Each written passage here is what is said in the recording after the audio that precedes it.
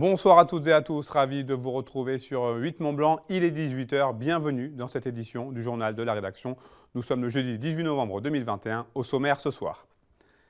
Direction l'Himalaya, en début de journal, notre spécialiste montagne Emmanuel Jaude a suivi Jean-Michel Jorda au Népal ces dernières semaines lors de la réalisation d'Everest Recycling, la dernière production du documentariste consacrée à la gestion des déchets en Himalaya, plongée dans les coulisses du journage dans cette édition. Et puis place au troisième et dernier épisode de notre série de la rédaction. Vous le savez, cette semaine, Lucas Ruche s'intéresse à des bars et à des cafés insolites. Direction Barbie, près de Chambéry ce soir, pour découvrir un café associatif multigénérationnel. Je vous lisais dans les titres, direction le Népal pour débuter cette édition. Si vous êtes un habitué de l'antenne de 8 Mont Blanc, le nom de Jean-Michel Jorda ne doit pas vous être étranger. Le documentariste, dont le dernier film Everest Green est toujours diffusé sur notre antenne, est récemment retourné au Népal pour continuer d'enquêter sur la gestion des déchets en Himalaya. Cette nouvelle production, intitulée Everest Recycling, est déjà en cours de tournage, comme nous l'explique Emmanuel Jaude, qui l'a suivi sur les plus hauts sommets du globe. La pollution sur les plus hauts sommets questionne de nombreux montagnards partout sur la planète. Et parmi eux, le réalisateur et documentariste Jean-Michel Jorda. Fort de sa dernière production, nommée Everest Green et plusieurs fois primée dans différents festivals, il a choisi de prolonger son enquête pour s'intéresser à la gestion des déchets en altitude. Everest Green, c'est un constat. C'est un constat de 15 ans de cheminement sur les montagnes himalayennes et d'écoute de ce que la montagne, de la pollution de la montagne, et à travers le monde.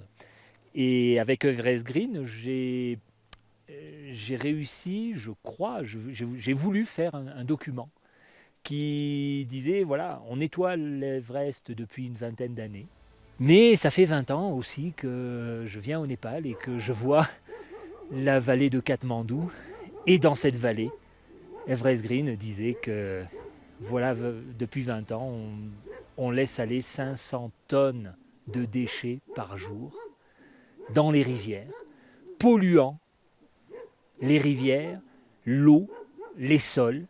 Un vrai problème qui va bien au-delà de la seule gestion des camps d'altitude et des expéditions commerciales. Pour autant, petit à petit, certains Népalais commencent à mieux saisir les enjeux et lancent, avec leurs moyens, des pistes pour faire évoluer la situation.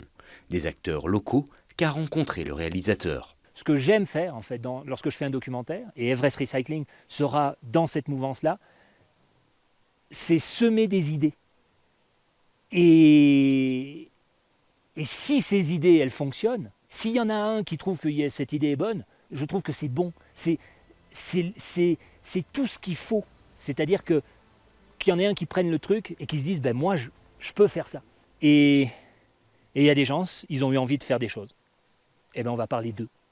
C'est ça qui est le plus important. Après une première phase de tournage entre Katmandou et le parc du Makalu, Jean-Michel Jorda retournera sur les pentes de l'Everest au printemps prochain pour continuer de documenter son prochain film. Une production qui devrait voir le jour d'ici l'horizon 2022. Une invitée politique ce jeudi pour répondre à mes questions ce soir, Christelle Pétex-Levé, bonsoir. Bonsoir. Merci de nous consacrer quelques minutes.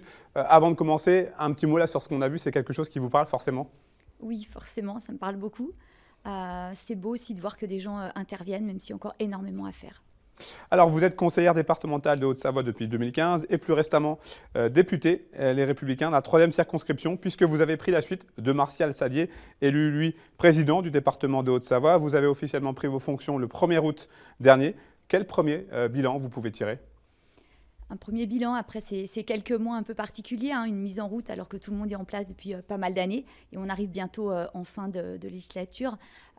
C'est très intéressant, on a un lien quand même très fort avec l'échelon local et puis beaucoup de choses encore à découvrir évidemment. Qu'est-ce qu'il représente pour vous ce mandat de député ? C'est une mission qui est vraiment importante, je pense. C'est faire le lien autant que possible et se faire entendre entre nos problématiques, nos enjeux locaux, et les décisions qui peuvent se prendre au niveau national à l'Assemblée.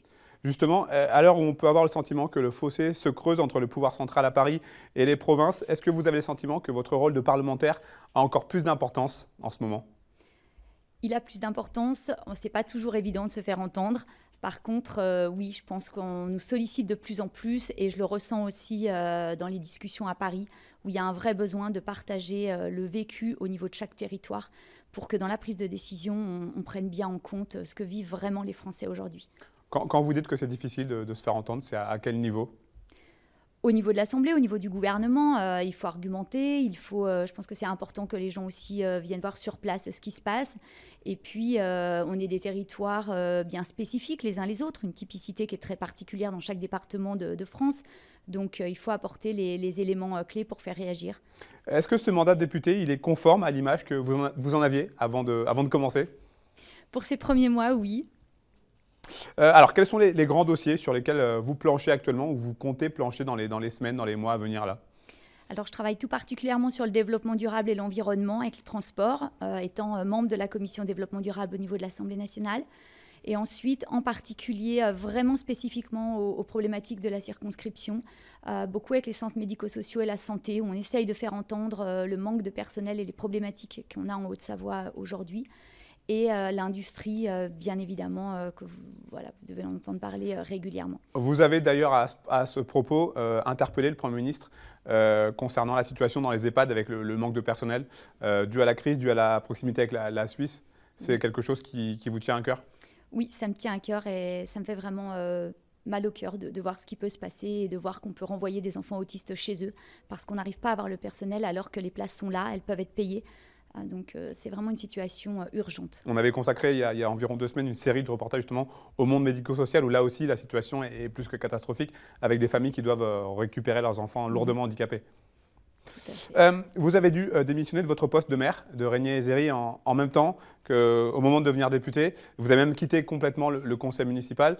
Comment est-ce que vous vivez ce départ à moins 1 an après votre élection en tant que maire ? Aujourd'hui, j'ai pris du recul. Ça a été difficile au départ de quitter. Quand on est maire, on est proche des citoyens. On a mené une campagne aussi avant d'être maire. On a une équipe. Donc, mais par contre, je suis heureuse de voir qu'après ces quelques mois, je continue à travailler avec l'équipe municipale. Je continue à être présente sur le terrain pour les Régnerans et les Hézériens. Donc, c'est ce qui compte le plus. C'est indispensable justement pour vous de ne pas couper les ponts complètement avec votre commune ? C'est indispensable pour moi d'être sur le terrain, quoi qu'il en soit, et pour toutes les communes de la circonscription. À l'Assemblée, vous êtes donc, vous l'avez dit, vous êtes membre de cette communauté du développement durable. Là aussi, c'est une thématique qui vous parle, vous connaissez le dossier. Là aussi, c'est difficile. Comment est-ce que ça se passe ? Comment vous arrivez à faire entendre votre voix ?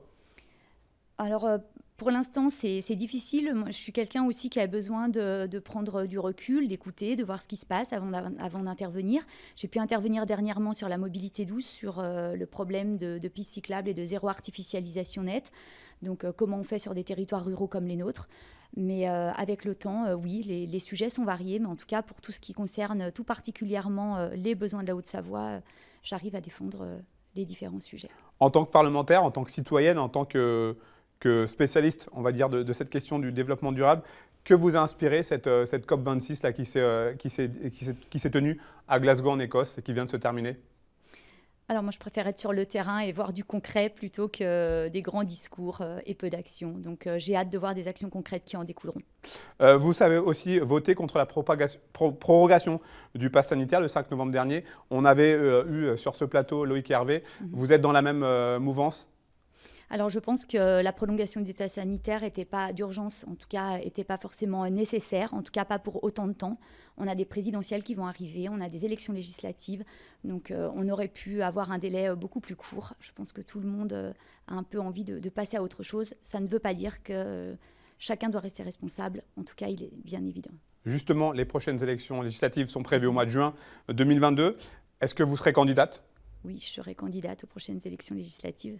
L'envie de continuer ce que vous avez commencé, j'imagine. Tout à fait. Là, c'est les premiers mois où je peux découvrir, où je peux commencer à m'imprégner des thématiques, à intervenir au niveau de l'Assemblée. Et je pense que ce serait vraiment intéressant de pouvoir continuer ce travail dans les années à venir. Merci beaucoup, Christelle Pétex-Levé. Merci à vous. Merci à vous. Place désormais à notre série de la rédaction. Et cette semaine, nous vous proposons de vous faire découvrir des bars et des cafés insolites. Après un bar sans alcool et un bar à chat, focus ce soir sur le café Au Bonheur d'une Pause. Depuis 7 ans, ce café associatif dynamise le centre-ville de Barbie, près de Chambéry. À l'origine, l'établissement accueillait des mères et leurs enfants. Mais depuis, il est devenu un lieu multigénérationnel où les bénévoles sont à l'écoute de la clientèle. Reportage signé Lucas Ruche. Voilà. Merci. Plus qu'un thé ou un biscuit, ce café de Barbie offre une oreille ouverte et bienveillante à sa clientèle. Cet établissement a ouvert il y a 7 ans, lorsqu'Isabelle désirait un lieu où elle se sentirait à l'aise en tant que femme et mère de famille. Sous la forme d'une association, Au bonheur d'une pause a pu voir le jour grâce à un local mis à disposition par la mairie de Barbie. Le deal étant que ce café soit un lieu d'échange intergénérationnel. On essaye de remettre des jolies assiettes, des jolies tasses et que ce soit fait chaleureusement.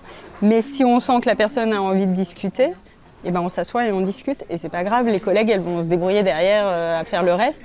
On prend le temps avec les gens. Après, il y a à l'inverse des gens qui viennent ici qui n'ont pas envie d'être dérangés, voilà. Mais oui, le but c'est de pouvoir discuter le plus possible, échanger, partager. Et les gens vident leur sac. Ouais. Amélia élève seule ses 2 enfants. Ce lieu est devenu pour elle presque vital pour éviter l'isolement. Un jour, j'ai décidé de rentrer et puis j'en suis plus jamais repartie. Je suis là tous les jours, que ce soit le matin ou l'après-midi, je suis là tous les jours.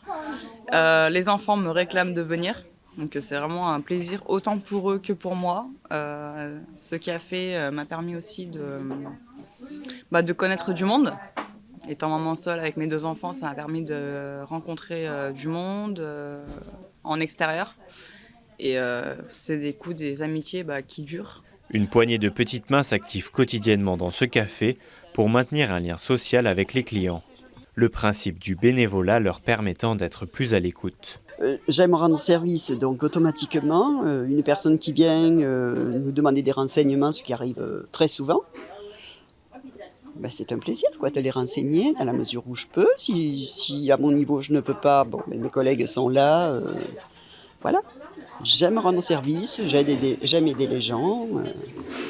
C'est vraiment un lieu où les gens ils se croisent et ils se rencontrent et où tout le monde est le bienvenu. Et c'est un sentiment que j'avais pas forcément dans d'autres lieux et du coup c'est super de le découvrir ici. Pour s'étoffer, ce café associatif propose aussi des ateliers chorales, couture, parentalité ou encore yoga. Un mot de sport à présent avec la très belle victoire d'Andy Rattel, le jeune pilote de kart dont nous avons déjà parlé sur notre antenne, s'est imposé ce week-end au Portugal sur le circuit de Portimao lors de la finale des IAME e-Games, une compétition internationale regroupant les meilleurs pilotes mondiaux. Le Clusien, âgé de 14 ans, l'a emporté devant le Belge Thomas Stroven et l'Espagnol Eric Gené Casanovas. Je vous laisse apprécier ces images ainsi que la Marseillaise.